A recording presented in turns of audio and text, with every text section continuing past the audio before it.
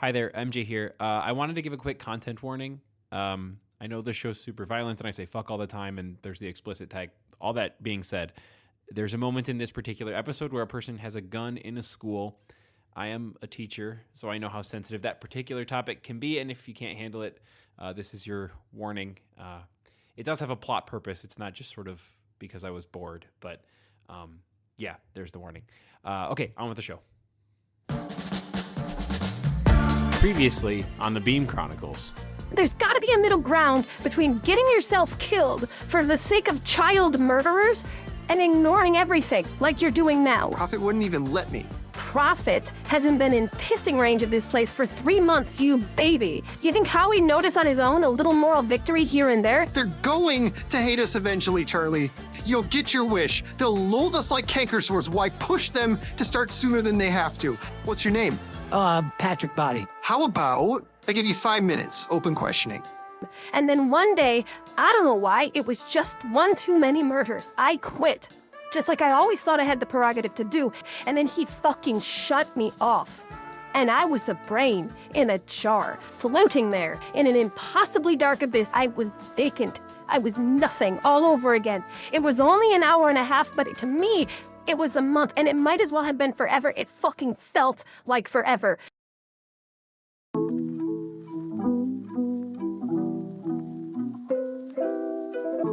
These are the Beam Chronicles with your host, MJ Dooney. Book 2, Compromise, Chapter 12, Charlie Shayde.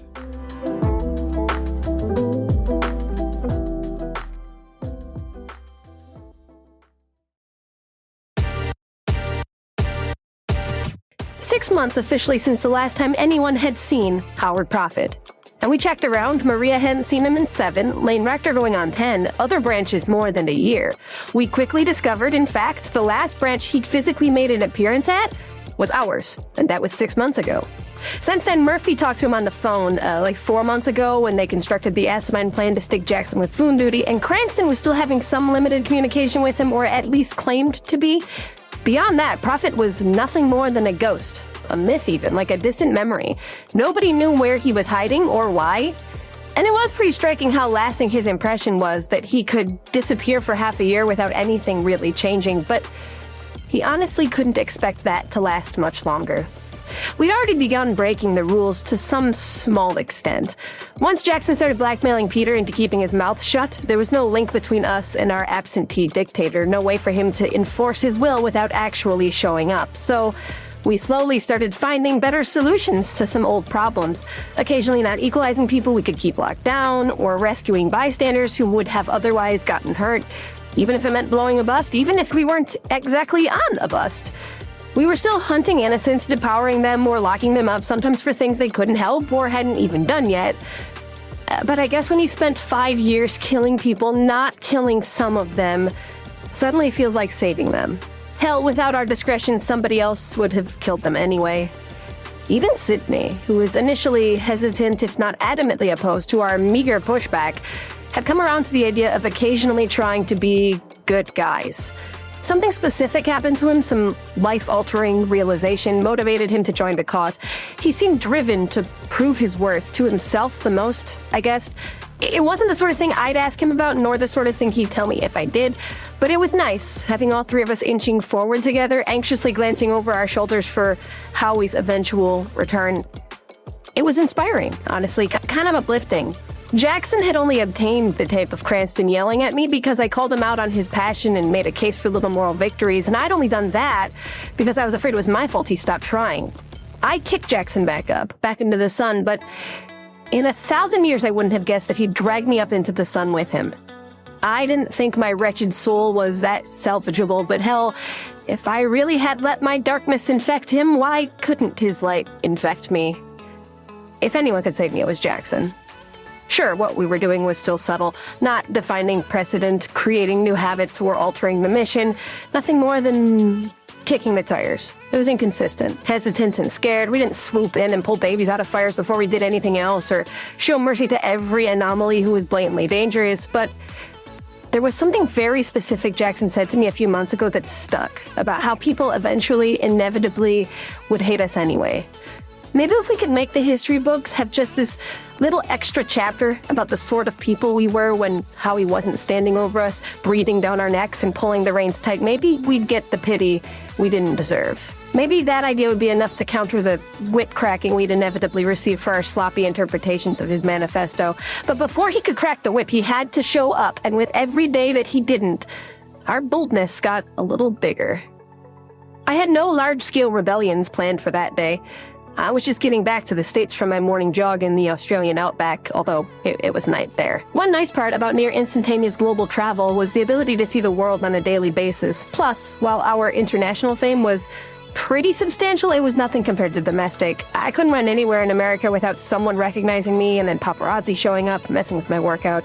Even without Peter's consistent mouth breathing and nagging, the fame was ever present, and I like to escape it completely once in a while. Pretend that I was someone different, someone normal, living a life with Jackson after Beam was over and I was free. I thought about that life a lot these days. I'd never wanted anything so badly. Outdoor skirmish today, boys? I paged them once I grouped back into my apartment. It's kind of a nice day. Sounds lovely, my dear. Sydney replied first. I will meet you both in the lobby in 5. I'm in. See you there. Jackson piped in casually.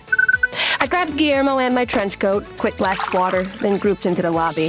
I knew I'd be there before them, but I was surprised to find Murphy pacing up and down, clinging to his phone like it was some precious ancient artifact he was sworn to protect, sweating, worse than me, post-5-mile jog. Murphy, you alright, dude? I asked him. But when he spun to face me, clenched fingers shaking around his phone, all the color was drained from his face. He opened his mouth a few times, trying to spit out the words that wouldn't come, and I automatically assumed the worst. Something about Howie, one of the equalizers, some tragic mistake we'd flippantly allowed with our new leniencies.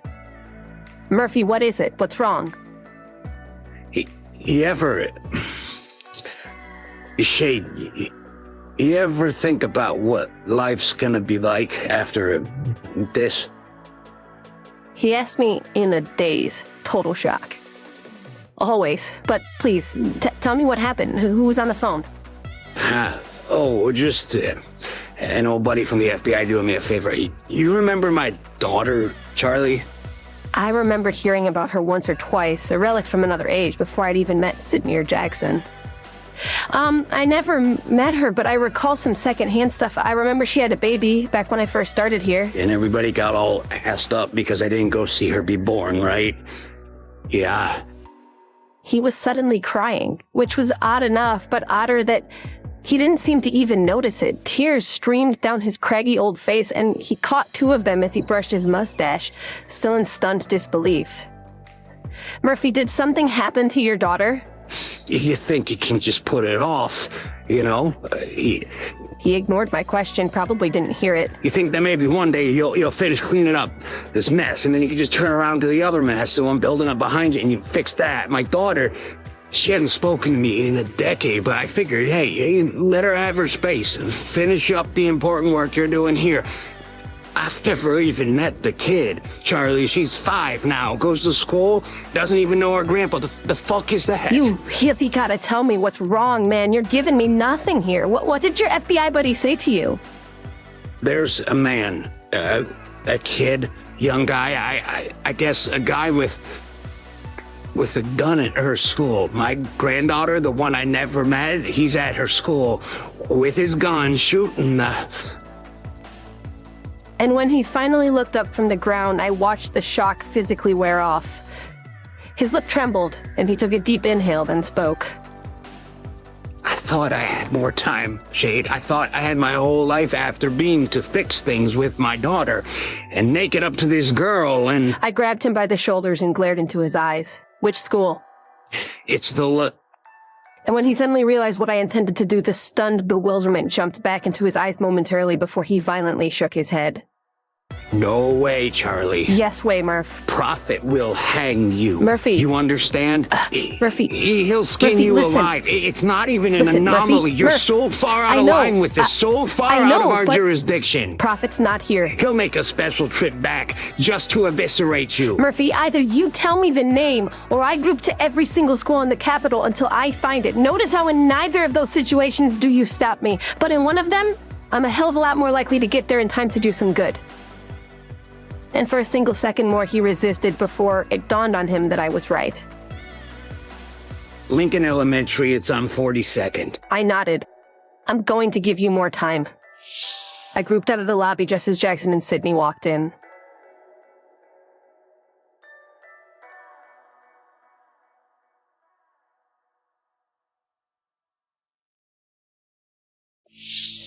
Lincoln Elementary was hauntingly still. All of the doors were locked, no light creeping under the cracks, no sound save the incessant buzz of the fluorescent light fixtures in the drop ceilings of the halls.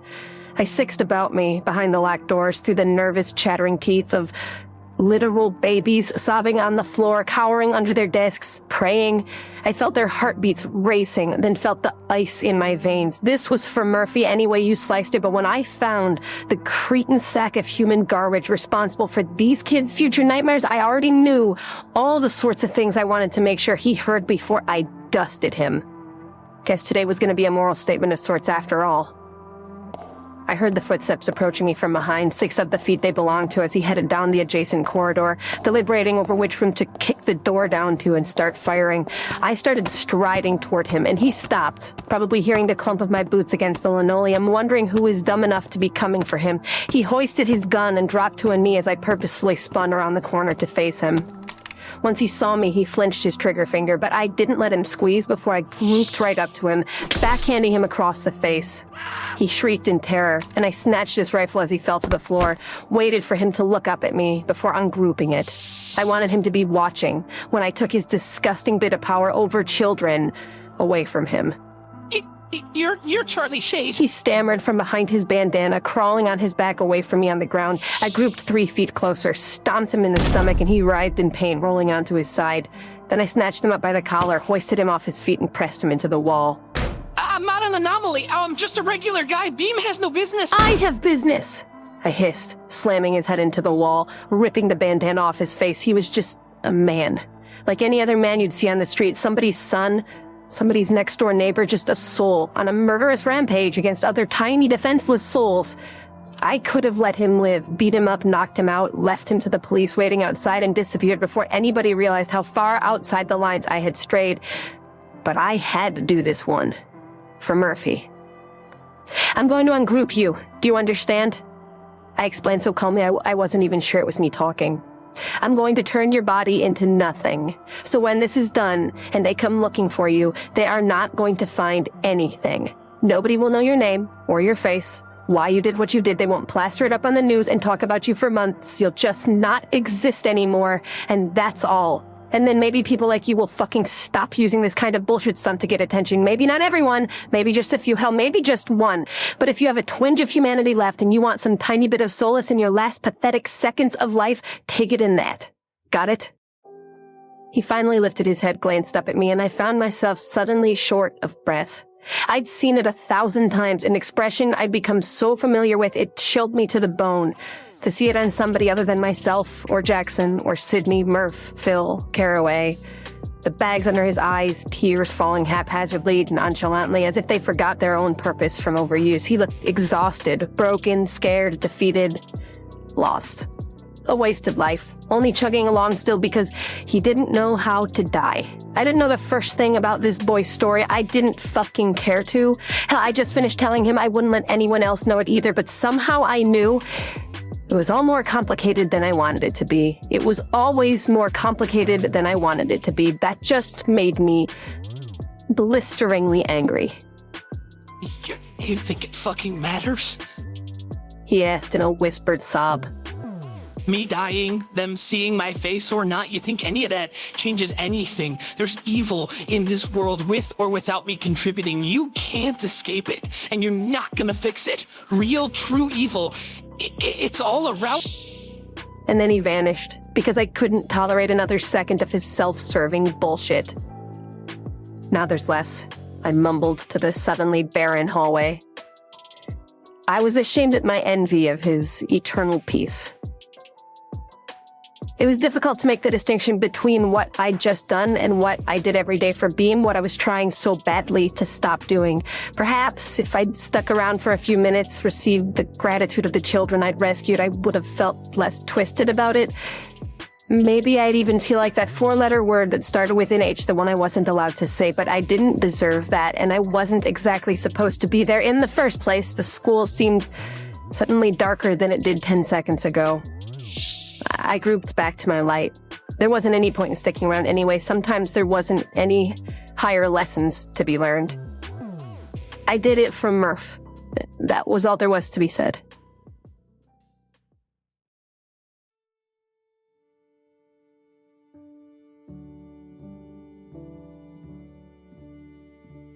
When I got back to the lobby, they were waiting for me, Sydney and Jackson. Then lastly, I found Murphy.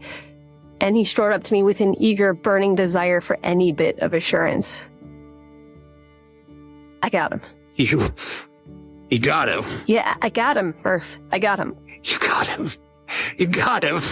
He sobbed, collapsing into my arms like a frail child, finally releasing all the emotion he'd been keeping pent up. Thank you, Charlie. Thank you for keeping my hope alive. Thank you. And standing there holding up Murphy, I let it go too. For him, for the daughter he didn't talk to, the granddaughter he never met, for their chance at fixing it still staggering on, I cried for the broken family I'd kept close enough together, maybe one day to reassemble, and I cried for the broken boy who I blasted apart because he didn't have a chance. Both. But either was worth crying over separately. And then suddenly I was off. My sixth sense lingered on, but the rest of them were gone. I was removed from my body. No sight, no sound, no feeling or ability to control it, and as that body hung around Murphy's neck, he struggled to catch it before it fell. Or I guess I fell. Whatever. My body didn't feel like me anymore. I sixed around for Howie, punishing my outrageous disregard for everything he'd built, but he wasn't there. Just Sydney, rushing to take my body from Murphy, and Jackson, furiously striding around us toward Peter. Peter Cranston holding in his hand a remote control of some kind, and I sixed Jackson, hoist him into the air, sprawling out his limbs, yanking the remote out of his hand, spinning around and extending his arm back toward me. He was an instant away from pressing the button. His thumb physically touched it, and then I blinked. Not literally blinked, but there's no word for it. The sixing equivalent of blinking. Just a fragment of a moment I stopped sixing, and then I was lost. Buried in the abyss, nothing around me, no sound, no light. Back here.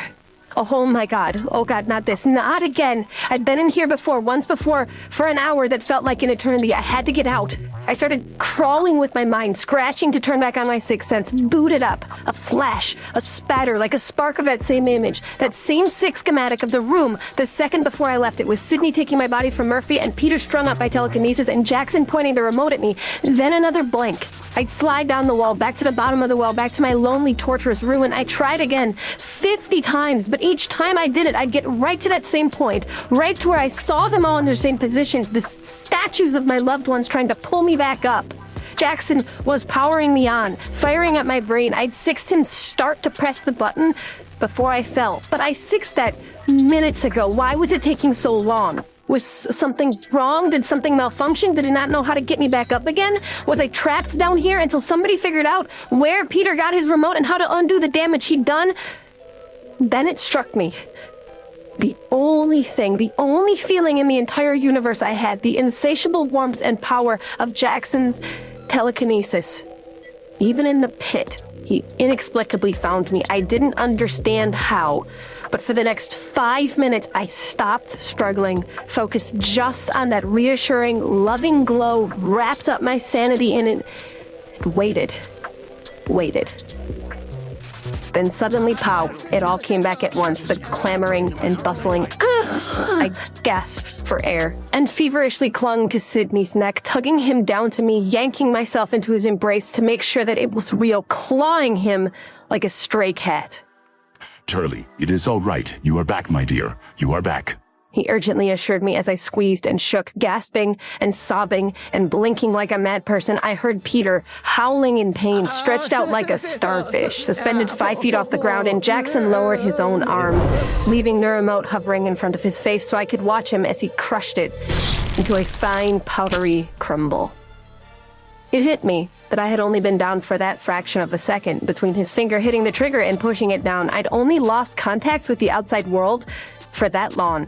0.2 of a second, and it felt like 10 minutes. The horror of being shut off, but at least it was only so brief. At least it wasn't Prophet who'd sent me, or I'd still be there. We could retaliate against Cranston. Jackson spun back around to face Peter, who was very clearly in extreme discomfort, then slammed him forcibly to the ground, shattering a few tiles, bruising a few bones. Where did you get it, Cranston? Where did you get that remote? Howie's desk.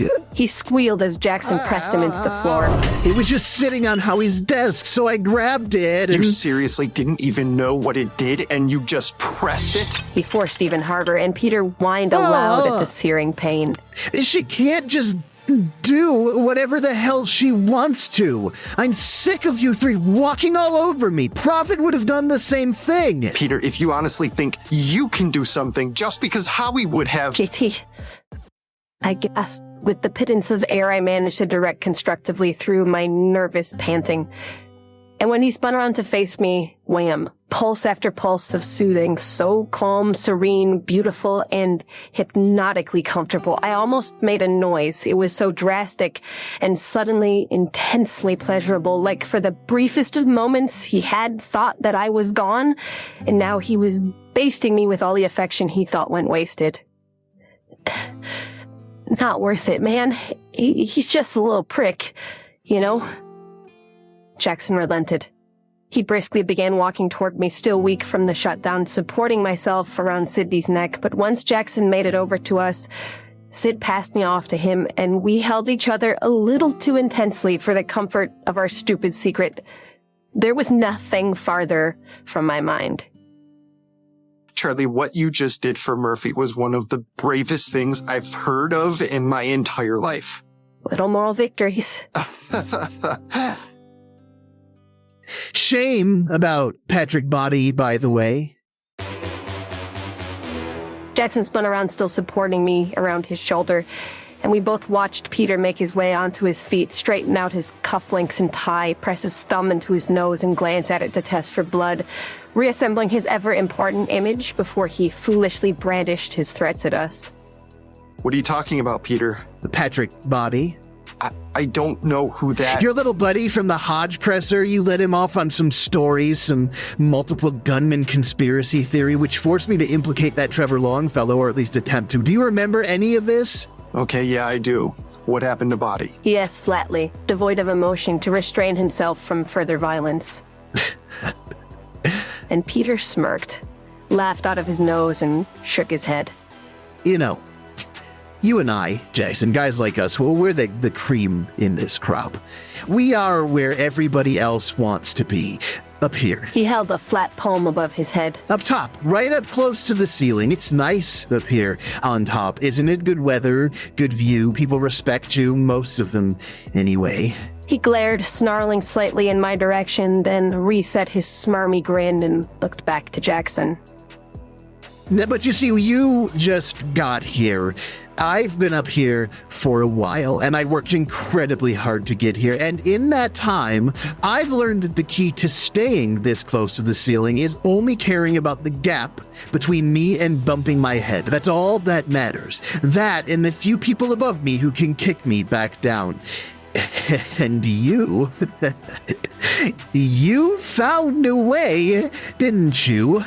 A way to get in there, those few inches between me and the ceiling, and once you found that way to kick me down, you knew I'd do anything to prevent you from squeezing in there and doing it. It's been fun, hasn't it? Manipulating that tiny margin of space. Hell, even I have to admit you played an average hand beautifully. But see, there's something about you, Jackson, the difference between us, really, that makes it hard for you to keep any advantage you secure. You care too much about the people below you, bud. And when you're up here with me, that is a lot of space for me to negotiate with. What? Jackson paused after the first word to glare at Peter and insist he stop his moronic analogy. Happened to Patrick Body. Peter's smug smirk blended poorly with his sympathetic eyes. Oh, Jackson. I hate to be the guy to tell you. Patrick Body was hit by a bus today. And for the briefest of moments, a wave of power rippled through me from my toes to the top of my head. I didn't know what the hell was going on for a second until I realized it was Jackson. I found that in times of extreme distress, I could physically feel it. Jackson's intentions, the fields he was preparing to generate. He was damn near about to string Peter up and quarter him with his mind. It felt like when your hands got so cold, it distorts sensitivity to heat so that even lukewarm water feels scalding, confused, but there was no doubting the intensity was white hot.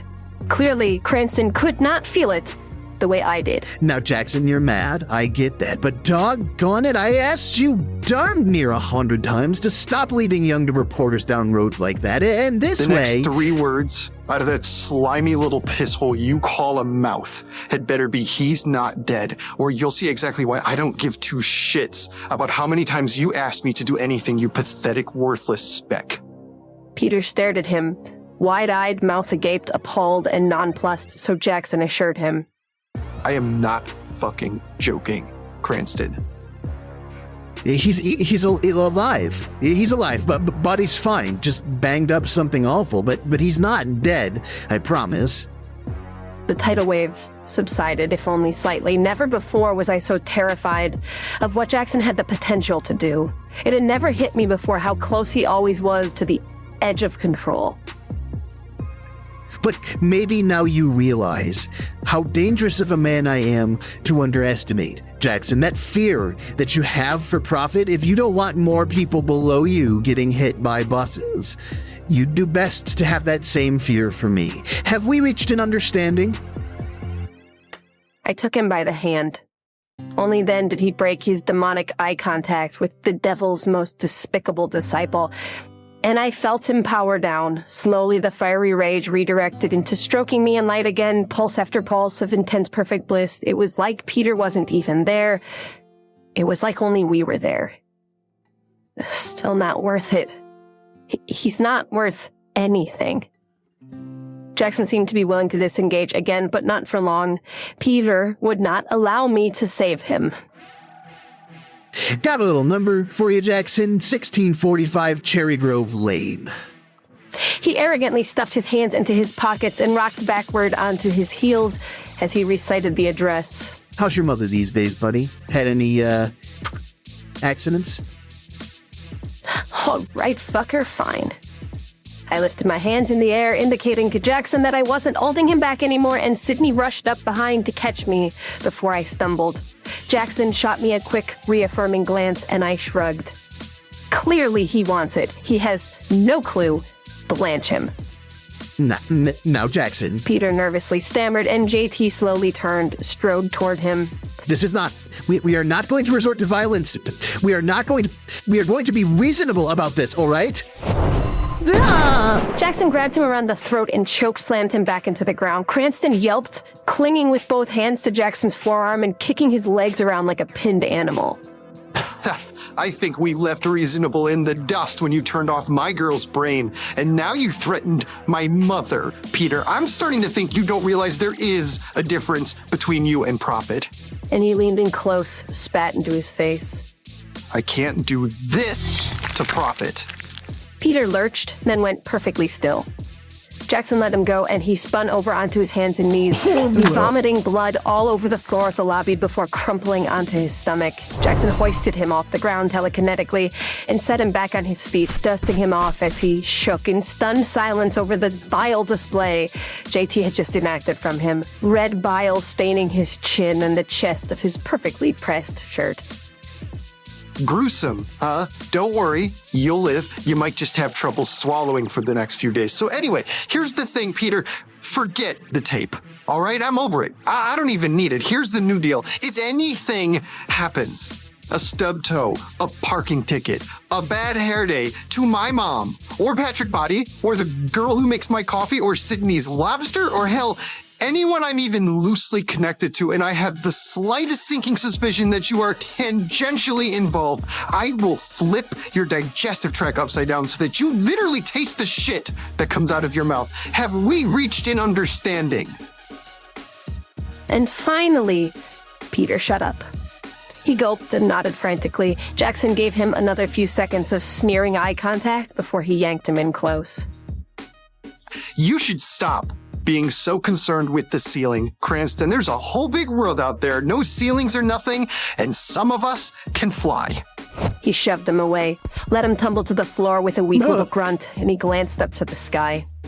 There were no cameras, no people in the lobby beside the five of us, no way for his message to get to the recipient he intended it for, but that didn't matter enough to keep him from throwing his arms out wide and bellowing. Is this the best you got? This little worm and its 6-month-old memory. You really think that's enough to keep us under your thumb? You think we're that beyond repair, that terrified? You think we won't even try to run through an open fucking door? You think we'll never fight back now? The echo rang through the lobby, the only sound in the room save Murphy's occasional sniffle and Peter's wheezing as he leaned against the marble column, clutching his throat.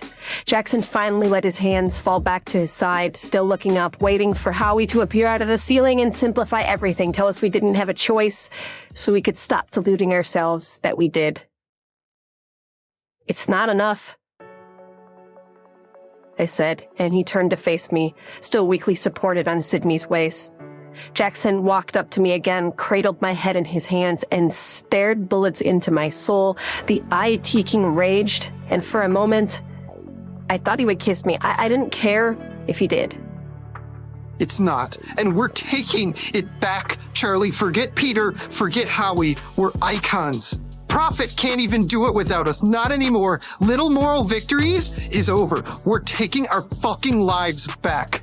We aren't killing anyone, and we're going to save people who need us, and if Prophet doesn't like it, he can come get us back into submission himself. I am sick of letting him dictate my life through a worthless, surrogate shit stain like Peter, so if he's not gonna bother showing up, we're making our own rules. It starts today. We're taking it back. New world order, you in? Hell yes. You fucking know I'm in.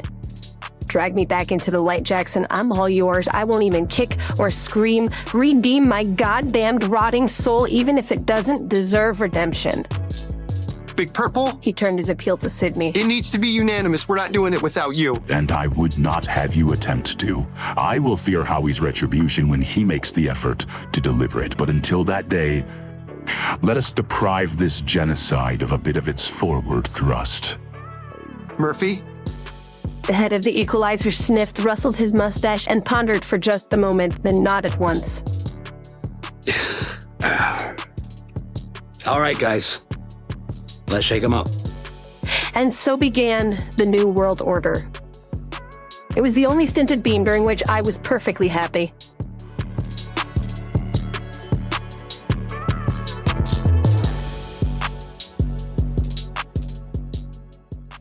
Thank you for listening to The Beam Chronicles, a fiction podcast written and produced by me, MJ Dooney.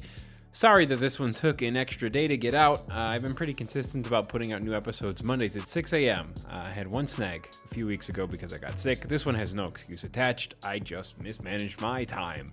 But I figured a day and a half late was better than a week late, so hopefully I can get back on track. But sorry if I ruined your Monday morning commute or whatever. I'm not sure if people listen to this show like that anyway.